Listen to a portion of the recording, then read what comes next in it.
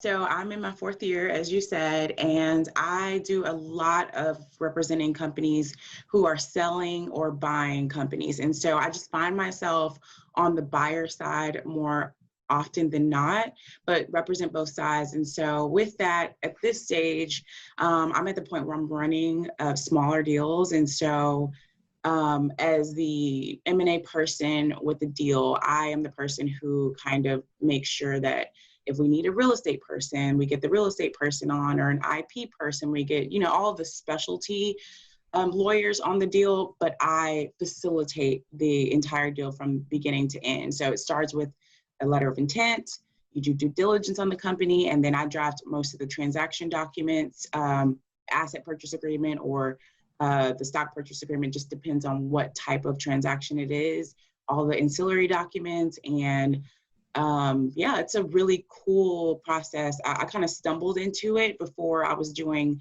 more real estate finance in my first year of law. And I moved here to Kansas City, and I was just looking for firms, and they didn't really have any openings for that type of transactional law. And that's how I stumbled into corporate. And I'm like really happy that that's where I ended up, because I just love deal work so much.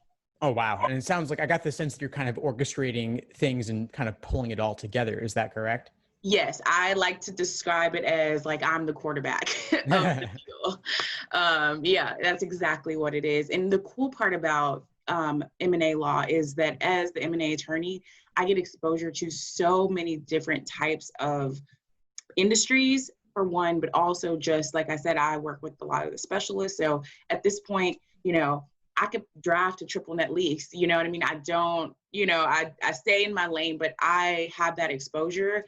And once you do a number of transactions, you just have that knowledge. And so it's really, really cool because it allows me to get exposure to so many different areas that I probably wouldn't if I had stayed in the path that I was on. Thanks for tuning into the show. Please subscribe if you haven't done so already to be notified of new episodes as I release them. And feel free to reach out if you need anything at all as you move forward with your prep. I'm happy to help however I can. In the meantime, I wish you all the best and take care.